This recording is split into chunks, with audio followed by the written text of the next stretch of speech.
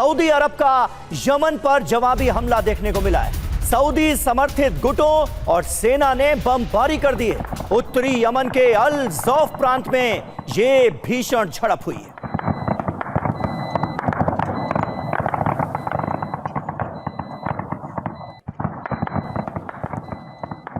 तो ये तस्वीरें आपको दिखा रहे हैं। सऊदी अरब ने यमन पर जवाबी हमला किया है क्योंकि यमन से हमले हो रहे थे। सऊदी अरब को निशाना बनाया जा रहा था। सऊदी समर्थित गुटों और सेना ने बमबारी की है।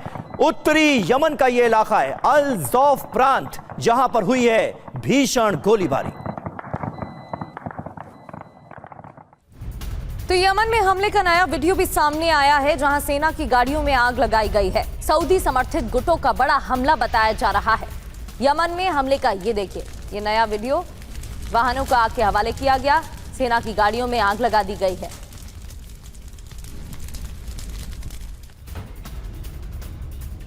और वहीं सऊदी अरब के तेल ठिकानों पर हूती ने बड़ा हमला किया है। जीजान और यानबू की अरामको फैसिलिटीज को बनाया गया निशाना। ये देखिए आप तस्वीरें।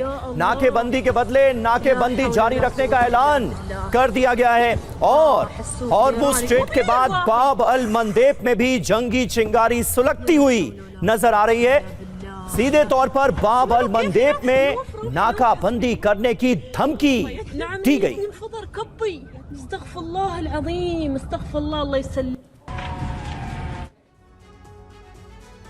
तो सऊदी अरब पर हूती का हमला 5 पॉइंट में, ये पूरी खबर आपको समझा देते हैं और उसके बाद अपने मेहमानों का रुख करने जा रहे हैं। सऊदी अरब के खिलाफ हूती के 2 ऑपरेशन। सऊदी अरामको की ऑयल फील्ड पर हमले हो गए। जीजान और यम्बू की तेल सुविधाओं को किया गया टारगेट। मिसाइल ड्रोन से हूती की यह बहुत बड़ी स्ट्राइक थी। ऑयल फील्ड में धमाके के बाद आग लग गई, जिसकी तस्वीरें हमने आपको दिखाई। हूती का प्लान देखिए क्या है। समुद्री ब्लॉकेट के जवाब में हूती की नाकेबंदी। सऊदी अरब की चेतावनी सामने आई है। अब हूती और यमन का सर्वनाश तय है। खतरा क्या है? अब खाड़ी में महायुद्ध की आशंका बढ़ती नजर आ रही है। तो यमन और हूती एक तरफ और दूसरी तरफ सऊदी अरब। मेजर जनरल अश्विनी सिवाच हमारे साथ मौजूद हैं। सिवाच साहब, ये तनाव किस लेवल पर पहुंचता हुआ नजर आ रहा है? और ऐसा लग रहा है कि यमन और सऊदी अरब के बीच अब आर पार की जंग शुरू होने जा रही है। जिस तरह से बड़े हमलों को अंजाम दिया गया है, आसार तो यही लग रहे हैं। हाँ बिल्कुल, देखो समीर, बहुत ही नाजुक स्थिति है।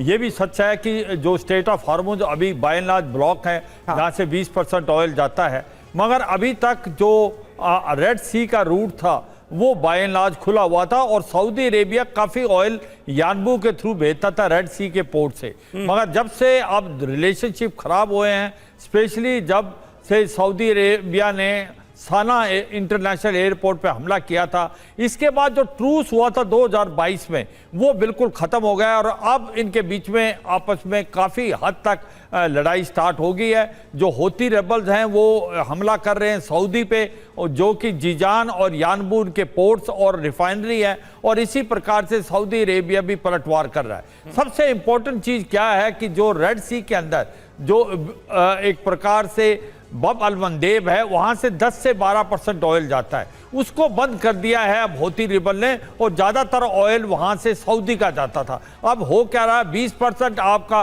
स्टेट ऑफ हॉर्मुज़ में ब्लॉक हो गया और 10 से 12% अगर बाब अल मंदेब में हो जाता तो देखें कि कितना चोक हो जाएगी पूरे वर्ल्ड की जो आपकी एनर्जी सेक्टर है। तो ये सच्चाई है समीर, सिचुएशन नाजुक लग रही है।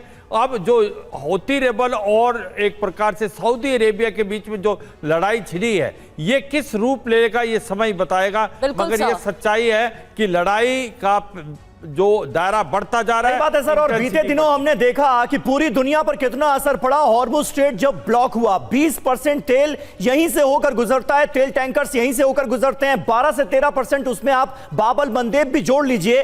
अगर ये रूट भी ब्लॉक हो गया तो इसका नतीजा क्या होगा? प्रगति, इसका अंदाजा हम सब लगा सकते हैं। बिल्कुल, और इसी वजह से खतरे को लेकर लगातार जो खबरें सामने आ रही हैं वो चिंता बढ़ा रही हैं। एक और खबर आपको बताते हैं, इराक की राजधानी बगदाद में हमला हुआ है। हमले के बाद अल मुतनब्बी स्ट्रीट पर आग लग गई। तो ये तस्वीरें भी आपको दिखा रहे हैं। एक तरफ एक तरफ तो सऊदी अरब और हूती में लगातार हमले की खबरें सामने आ रही हैं, जिस पर अभी हम चर्चा भी कर रहे थे, उसका असर क्या होगा। और दूसरी ओर इराक की राजधानी पर हमले की खबर। और वहीं इराक के सुलेमानिया में भी हमला हुआ है। धमाके की आवाज से दहले कई इलाके। ये आप तस्वीरें देखिए, रात के अंधेरे में किस तरह से बड़े हमलों को अंजाम दिया गया है। इराक का ये सुलेमानिया इलाका है जहां पर धमाके की आवाजें आप सुन सकते हैं। जमकर गोलीबारी हुई है वो साफ नजर आ रहा है।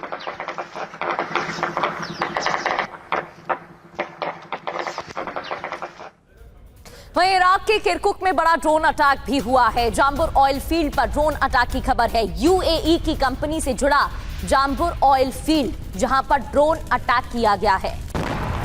तो इराक के किरकुक में बड़ा हमला, ड्रोन अटैक की तस्वीरें ये देखिए। भीषण आग भी लग गई यहां पर हमले के बाद। और ये जो कंपनी है यूएई की कंपनी से जुड़ा है जाम्बुर ऑयल फील्ड। दो तस्वीरें, अहम खबरें आपके सामने। इराक के किरकुक में बड़ा ड्रोन अटैक हुआ तो इराक के सुलेमानिया में भी हमला किया गया है, जिसकी तस्वीरें आपके सामने हैं। तो धमाके की आवाज से पूरा इलाका दहल उठा और यूएई की कंपनी से जुड़ा हुआ जाम्बुर ऑयल फील्ड बताया जा रहा है, जहां पर भी निशाना साधा गया है, जिसके बाद यहां आग लग गई। और वहीं इराक के इरबिल में शाहेद ड्रोन को इंटरसेप्ट किया गया है। ईरानी हमले को अमेरिका ने दरअसल नाकाम किया है, इसलिए इस खबर के मायने बड़े हैं। अमेरिकी एयर डिफेंस ने दागी इंटरसेप्टर मिसाइल। ये देखिए आप, इराकी कुर्दिस्तान में भीषण धमाके का ये वीडियो।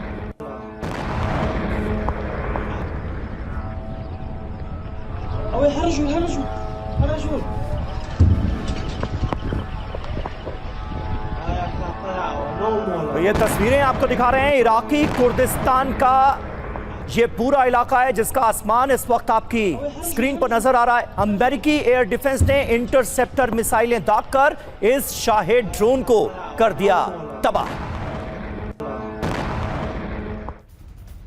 वहीं अमेरिका को लेकर ईरानी सेना ने बहुत बड़ा दावा किया है कि इरबिल में अमेरिकी बेस पर हमला किया गया है। हमले में अमेरिकी इंफ्रास्ट्रक्चर को पूरी तरह से नष्ट किया गया है। तो ये बड़ी खबर आपको बता रहे हैं। अमेरिका को लेकर ईरानी सेना का बहुत बड़ा दावा। इरबिल में अमेरिकी बेस पर बड़े हमले की खबर। हमले में अमेरिकी इंफ्रास्ट्रक्चर पूरी तरह से नष्ट।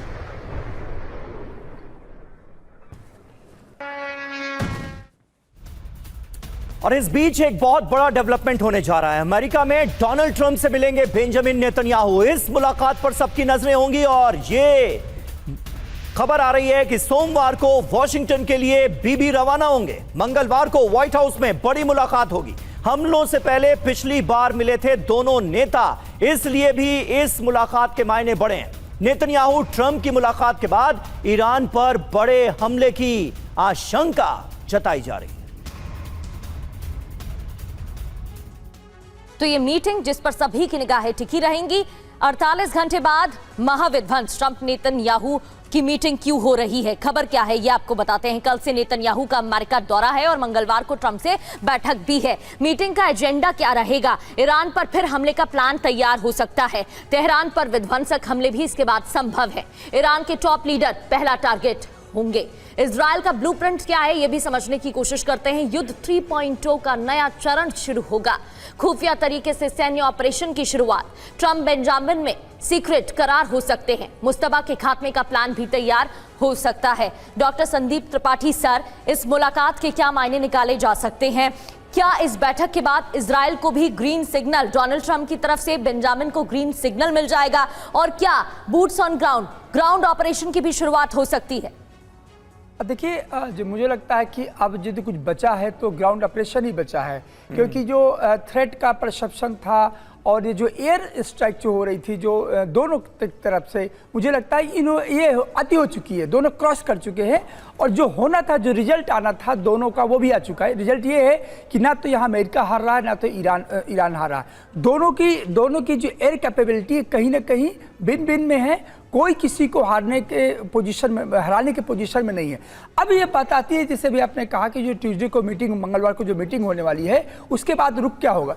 आप याद कीजिए कि कुछ दिन पहले की ये चर्चा थी कि ईरान खुद तैयार कर रहा है ग्राउंड ऑपरेशन में, ये जो मिडिल ईस्ट के कंट्रीज है जहां पर इनके बेसिस बने हैं। तो अब क्योंकि अच्छी तरीके से तबाह किया, पूरी तरीके से आपने देखा कि जॉर्डन को ले लीजिए, कुवैत को ले लीजिए, बहरीन को ले लीजिए, जिस प्रकार से डिस्ट्रॉय किया गया है। अब ईरान को लगता था कि उसका अपर हैंड है, अब हम चलते ग्राउंड ऑपरेशन। तो ये पूरे युद्ध की जो अंतिम जो मुझे लगता है एक तस्वीर सामने आ रही है वो ये ग्राउंड ऑपरेशन की आ रही है। लेकिन मैं अभी एक न्यूज ये आ रही है कि अमेरिका में एक ऐसी मीटिंग हो रही है कि जो उसके सबसे बड़े डिप्लोमेटिक एडवाइजर हैं ट्रंप के, कुशनर और विटकॉफ, इन दोनों ने कहा कि अभी भी समय है कि हम डिप्लोमेटिक एंगेजमेंट करें, इकोनॉमिक जो वेपनाइजेशन करें, मिलिट्री एक्सपेंशन ना करें। ये एक आवाज, एक कॉर्नर की आवाज है, क्योंकि अमेरिका को एहसास हो चुका है कि उसके जो बेसिस है पूरी तरीके से तबाह कर दिया ईरान ने कुछ दिनों में। आप मिडिल ईस्ट को देख लीजिए। बिल्कुल तो सही बात है। ये बहुत बड़ा झटका है, बहुत बड़ा झटका है अमेरिका के लिए। और अमेरिका में भी अब ये आवाजें पुरजोर तरीके से उठने लगी हैं कि आखिर इतने दिनों तक जंग लड़कर आपको हासिल क्या हुआ, आपने हासिल क्या किया। और इसका जवाब अमेरिका के पास ज्यादा देने के लिए है नहीं। नतीजा यह है कि फिलहाल फुल स्टॉप लगाया गया है, लेकिन यह फुल स्टॉप कब तक मेंटेन रहेगा यह देखने वाली बात होगी। राष्ट्रपति ट्रंप की ईरान को इस बीच चेतावनी जरूर सामने आई है। फ्रेंच मीडिया LCI का बड़ा दावा, ईरान के खिलाफ बड़े युद्ध पर विचार किया जा रहा है, शर्त न मानने पर बड़ा हमला संभव है। ट्रंप से बातचीत के बाद यह बड़ा दावा किया गया है फ्रेंच मीडिया LCI की तरफ से। तो ईरान से युद्ध में अमेरिका को भारी नुकसान की भी जानकारी है। अमेरिका से युद्ध पर IRGC ने बड़ा दावा किया है। 17 सर्विलांस और कॉम्बैट ड्रोन नष्ट किए गए। IRGC की तरफ से यह बड़ा दावा। यह भी कहा कि F-15 P-8 एयरक्राफ्ट तबाह किया गया है। C-17 और 8 रिफ्यूलिंग एयरक्राफ्ट भी तबाह किए गए हैं।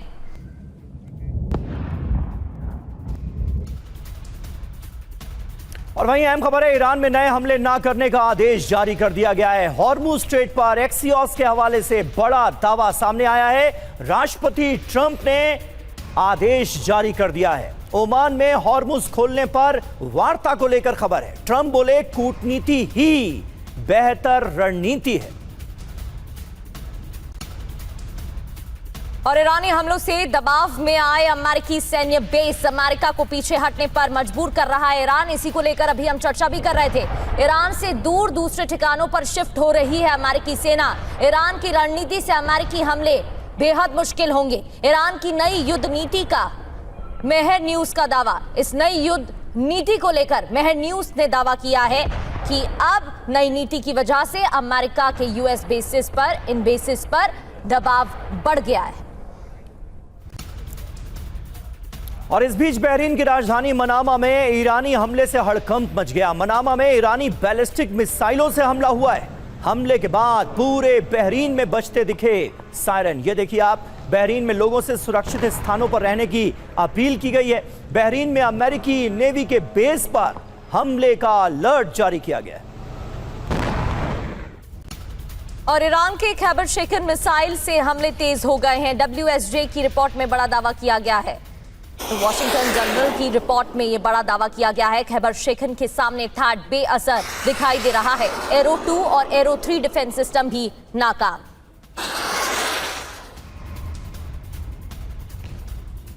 जी हां, ऑपरेशन खैबर शेखन 2 ईरान की नई रणनीति क्या है ये आप जरा समझिए। दरअसल अब ईरान की तरफ से यह तय किया जा रहा है कि अलग अलग रूट से अटैक किया जाएगा। ड्रोन के साथ डेडली कॉम्बिनेशन बनाया जाएगा। तेजी से दिशा बदलती है शेकन। IRGC का दावा क्या है इसे लेकर? खैबर शेकन के सामने थाड जो सिस्टम है, एयर डिफेंस सिस्टम है, वो बेअसर साबित होते हैं। एरो 2 और एरो 3 डिफेंस को भी ये भेज सकती है। खैबर शेकन 2 की ताकत देखिए। मध्यम दूरी की बैलिस्टिक मिसाइल है, बहुत घातक बैलिस्टिक मिसाइल है। 1450 किलोमीटर तक ये हमला कर सकती है। मिसाइल शील्ड को भेदने में सक्षम है। स्पीड है इसकी 9500 किलोमीटर प्रति घंटा।